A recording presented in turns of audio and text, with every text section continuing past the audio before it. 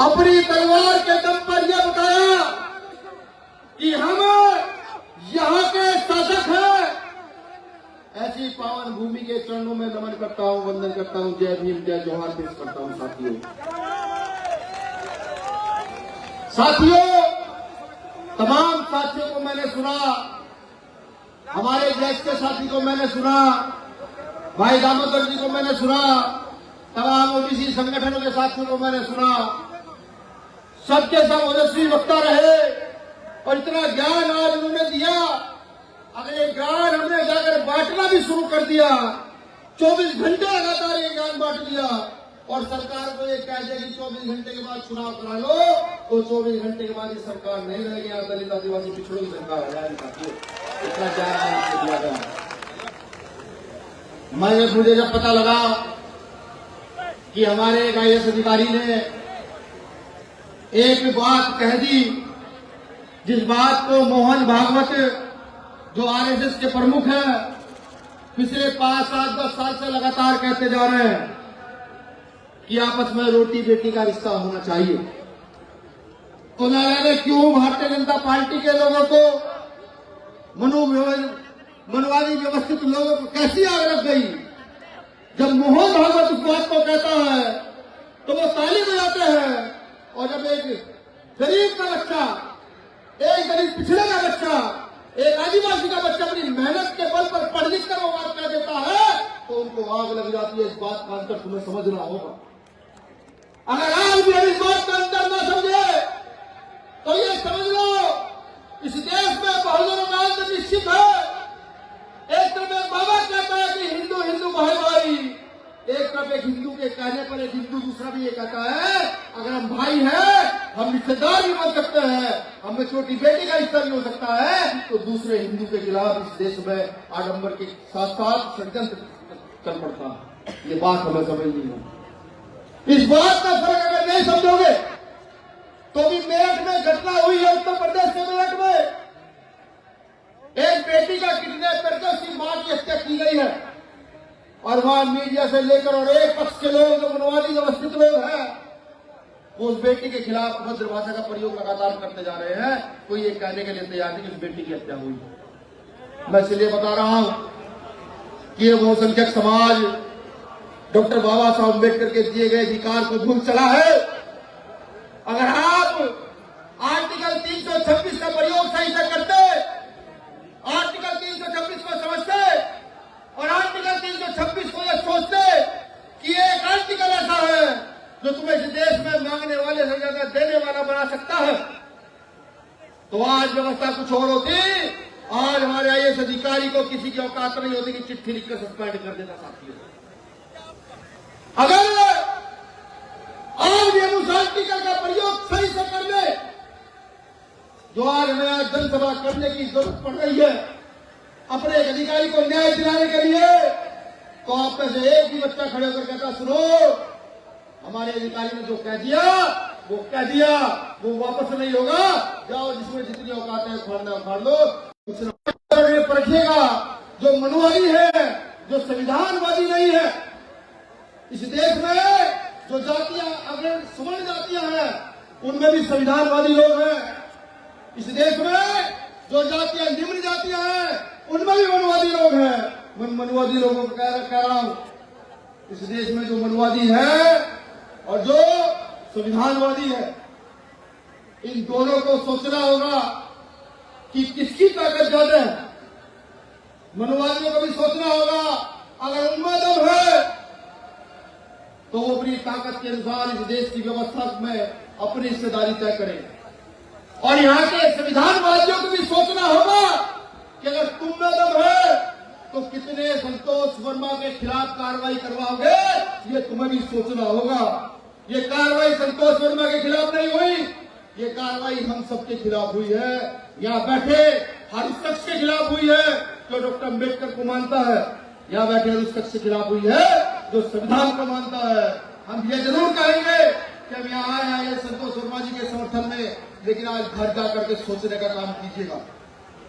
वो समय याद कीजिएगा जब डॉक्टर अम्बेडकर बाहर से पढ़कर यहाँ आए थे और नौकरी जब लगी तो पानी का गिलास मिल के लिए कहा कि तुम्हें पानी का गिलास अलग से अपना लाना होगा, पानी अलग से लाकर पीना होगा, वही कंडीशन बदली नहीं। यही तो हुआ संतोष वर्मा जी के साथ। एक दलित आदिवासी के बच्चे हैं और ये कह दिया कि संविधान के मौलिक अधिकार कहता है कि आपको समानता का अधिकार है, आपको शादी विवाह में समानता है। ये कह दिया तभी तो उनके समर्थन में उत्तर प्रदेश, बिहार, राजस्थान, मध्य प्रदेश, महाराष्ट्र के लोग यहाँ उपस्थित हैं। कब तक ये अपमान करते रहोगे? क्या हम इतने बेइज्जत हो गए कि इतनी सारी हत्या, बलात्कार, अपमान होने के बावजूद भी जागने नहीं जाते? अरे डॉक्टर अम्बेडकर के संविधान को देखो, उसे समझो, टीचिंग में समझ जाओगे। मैं लिखकर देता हूं, आप छोड़िएगा। अगर घर की एक सुई कहीं सड़क पर डाल दोगे तो किसी की हैसियत रहेगी सुई को उठा करके अपने घर लेकर जाए। ये आप बात आपको सोचनी पड़ेगी साथियों। मैं आपको बताऊं कि अभी जो हमारे भाई दामोदर जी हैं, उन्होंने मुझसे बड़े हैं, उन्होंने जो बात कही उस पर खूब बवाल मचने वाला, खूब बवाल होगा, तो उसका जवाब भी मैं दे दूं, कोर्ट में मैं दे दूं। और खासतौर से जुडिशरी को भी ये बता दूं कि जिस प्रकार से अगर मुकदमे तुम समाज पर लगाते हो ना, ठीक नहीं है। संविधान का आर्टिकल 13 ये कहता है कि 26 जनवरी सन 1947 से पहले, माफी चाहूंगा, 26 जनवरी 1950 से पहले इस देश के जो कानून थे मानवता विरोधी थे, उन सभी कानूनों का खंडन किया जाता है। अगर उन कानूनों का कोई प्रयोग करता दिखता है तो उसका रास्ता सीधा जेल होगा। ये संविधान का आर्टिकल 13 कहता है मेरे साथियों। मुझे लगता है माननीय मुख्यमंत्री महोदय इस बात को भूल गए, प्रधानमंत्री को भूल ही चले, बिल्कुल भूल चले हैं। मैं याद कराऊं माननीय मुख्यमंत्री जी को, जब उनकी सरकार नहीं थी, हम 12 फरवरी को इसी मैदान में आए। कौन सा धान था सुनील बरसिया? 22 या 23? 12 फरवरी 2023 को यहां संविधान मानने वाले लोग आए थे भीम आर्मी के नेतृत्व में, जिसमें जय संगठन ओबीसी महासभा के तमाम साथियों का बड़ा सहयोग रहा था। और इतनी बड़ी तादाद में आए थे कि प्रशासन पूरे दिन हमारे लोगों को शहर से बाहर खदेड़ता रहा। इस भोपाल के अंदर पैर रखने की जगह नहीं थी साथियों। ये शायद मोहन महमद जी को याद नहीं। मैं आपसे एक वादा भी चाहता हूं कि जो अपमान ग्वालियर में डॉक्टर अम्बेडकर का हुआ, जो अपमान मध्य प्रदेश में हमारे अधिकारी, हमारे मुखिया संतोष वर्मा जी का हुआ, अगर उस अपमान का बदला लेने की बात आएगी और बुलाया जाएगा तो क्या होगे? मैं झूठ नहीं सुनता। जिसमें दम हो वो आदमी हाथ खड़ा करके कहे कि हाँ भैया हम आएंगे, अपना सम्मान बचाने हम आएंगे। तो ध्यान रखना, हो सकता है कि 12 फरवरी को घोषणा हो, 700 से बात को बता दी जाएगी। अगर संतोष वर्मा जी के खिलाफ जो कार्रवाई हुई है उसको वापस न किया गया, और ग्वालियर हाईकोर्ट में तो हमारे साथी ने घोषणा कर दी है, मैं फिर भी बता दूं, ग्वालियर हाईकोर्ट में डॉक्टर अम्बेडकर की प्रतिमा को न लगाया गया था तो इतनी 100 गुना ताकत से यहां उतरेंगे भोपाल के अंदर कि भोपाल छोड़िए, मध्य प्रदेश की हर गली के अंदर डॉक्टर बाबा साहब अम्बेडकर का, भगवान बिरसा मुंडा का, फूले साहब अम्बेडकर का न्याय खड़ा दिखेगा सरकार को। इतनी बड़ी तादाद में आएंगे, कमर कस लीजिएगा घर जा करके। सम्मानित साथियों, मैं जब ओबीसी की बात देखता हूं, ओबीसी की ओर देखता हूं, तो कटकी ताक करके कि मेरा एक भाई आज दूसरे को मजबूत कर रहा, और संविधान को पढ़ता हूं तो देखता हूं कि डॉक्टर बाबा साहब अम्बेडकर ने 341 से पहले आर्टिकल 340 लिखा, और आर्टिकल 340 के तहत जो छोटा सा अधिकार ओबीसी को मिला है वो भी पाया। और मध्य प्रदेश की कलाकारी देखिए, जहां 60 से 70% ओबीसी रहता है, वहां 13% होल्ड ओबीसी आरक्षण आंदोलन, 13% होल्ड का रखा ओबीसी का मामला। जानते हैं क्यों? जानते हैं किस लिए? इसलिए कि अगर ओबीसी को रिजर्वेशन पूरा मिल गया तो इनके बच्चे वहां जाकर आईएएस बनेंगे, पीसीएस बनेंगे, डॉक्टर बनेंगे, इंजीनियर बनेंगे, और वो आबादी तो बहुत निम्न संख्या में है। उनके अधिकारों पर डाका डाल देने का काम करेंगे।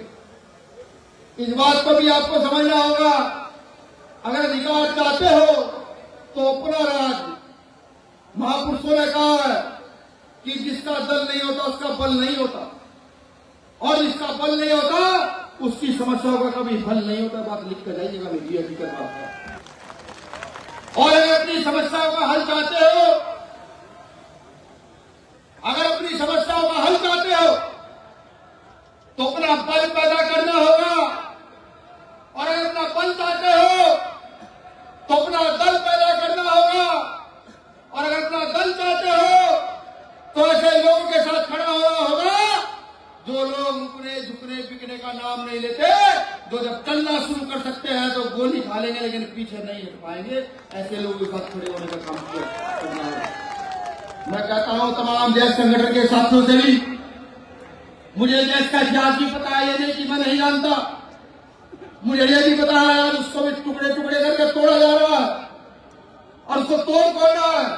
वही लोग तोड़ रहे हैं जिसके लिए माफी चाहूंगा, देश का नाम मैंने गलत लिया, आजाद संगठन का नाम, मैं फिर कहता हूं मैंने देश का नाम गलत लिया, उसके लिए माफी चाहूंगा।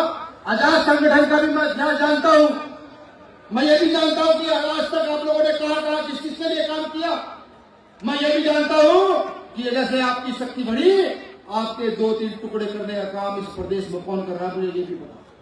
अब आप तय कीजिए कि आपको कहां रहना है, उनके साथ रहना है जो आपकी बढ़ती शक्ति को देखकर डर जाते हैं और आपके संगठन के टुकड़े टुकड़े कर देते हैं, या हम जैसे फकीरों के साथ खड़े होना है जो मर मिटने के लिए तो तैयार है, मान सम्मान के साथ समझौता करने के लिए तैयार नहीं, ये आपको तय करना है।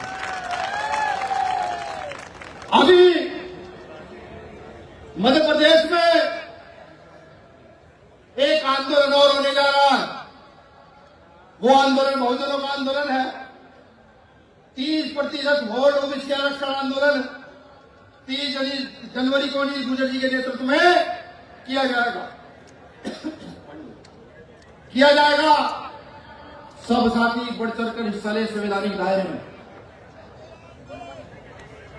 बढ़ चढ़कर हिस्सा ले संवैधानिक दायरे में, एक मुट्ठी करके जुट जाए।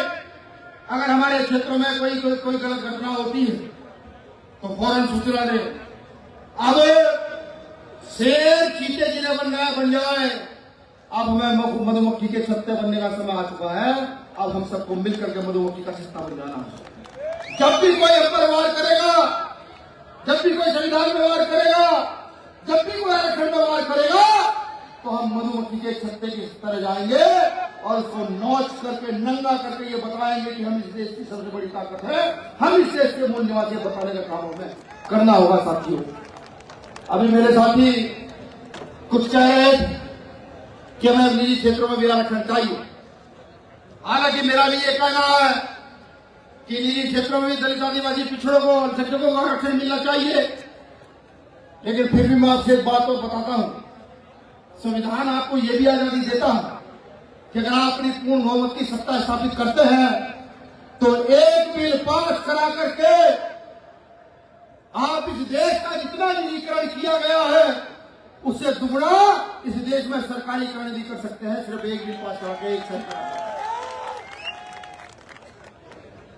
अभी मेरे भाई ने छोटे लोकेश ने कहा कि जल हमारा, जंगल हमारा, जमीन हमारी, फैक्ट्री लगती है, अधिकार हमारे साथियों को काम नहीं मिलता। मेरे भाई, काम जब मिलेगा जब मन मुट्ठियों का एक होंगे और यहाँ की सत्ता को ललकारने का काम करेंगे, यहाँ की सत्ता में भागीदारी की बात करेंगे, तब हमें काम मिलना होगा। अगर हम सत्ता में भागीदारी की बात नहीं करेंगे तो सदियों से होता आया वो सत्ता में स्थापित रहे। हम 10 लोग गए तो हमें जेल में डाला गया, हम 20 लोग गए तो हमें जेल में डाला गया, और भी तमाम बात ऐसी है। जैसे अभी कुछ साथी बता रहे थे कि विलेश खराड़ी, रामदेव काकोड़िया, बिरसा दादा, सोमन वांचुंग, इन लोगों को आंदोलन करते जेल में डाला गया है। साथियों, मैं बस कुछ और बात कह के, छोटी सी बात कह के अपनी बात को खत्म करूंगा।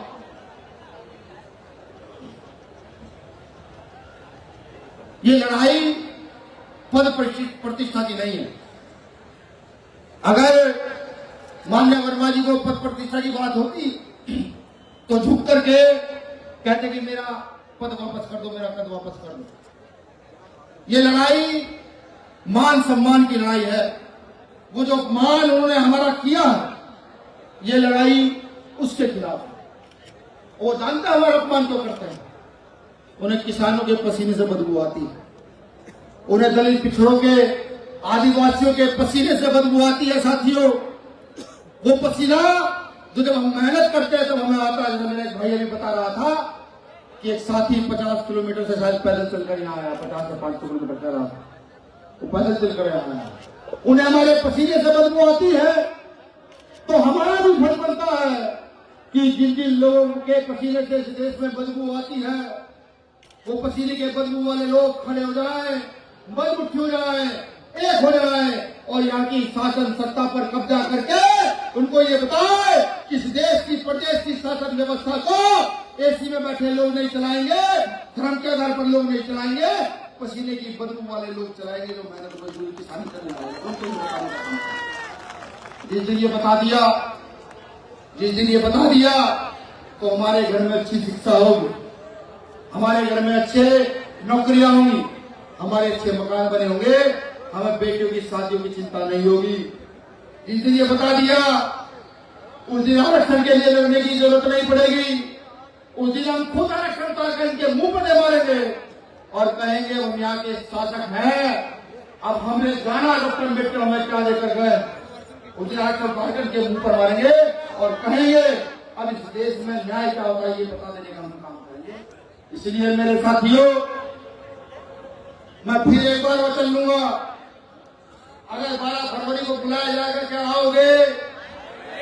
अपनी रोटी लेकर आओगे, अपनी पानी की बोतल और लोहे भी लेकर आओगे, हो सकता है पुलिस डंडे मारे तब भी आओगे, हो सकता है जेल डालने का तब भी आओगे। तो संतोष वर्मा जी आ जाइए मेरे पास, संतोष वर्मा जी को भेजो भाई।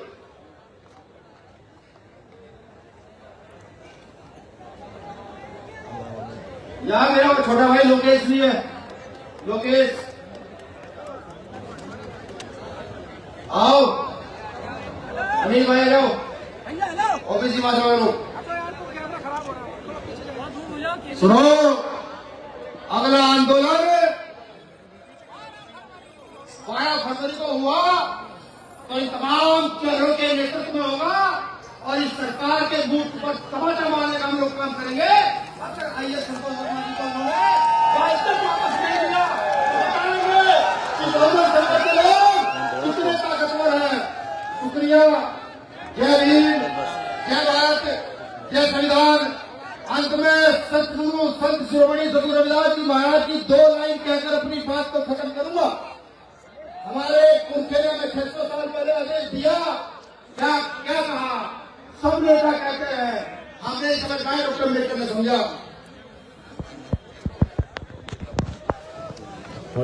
अच्छा, उससे पहले मैं एक चीज और बता दूं, यहाँ एक बाबा है, उनकी सभा हुई थी सुरेंद्र शास्त्री जी की। समाज के एक बार समाज की जमीन पार्टी के नाम पर उपयोग में ली गई थी। अब उनके गुंडे उस 10 एकड़ जमीन पर कब्जा कर लिए हैं। वह गरीब दर भटक रहा है अपनी जमीन दिलाने के लिए। सोचो,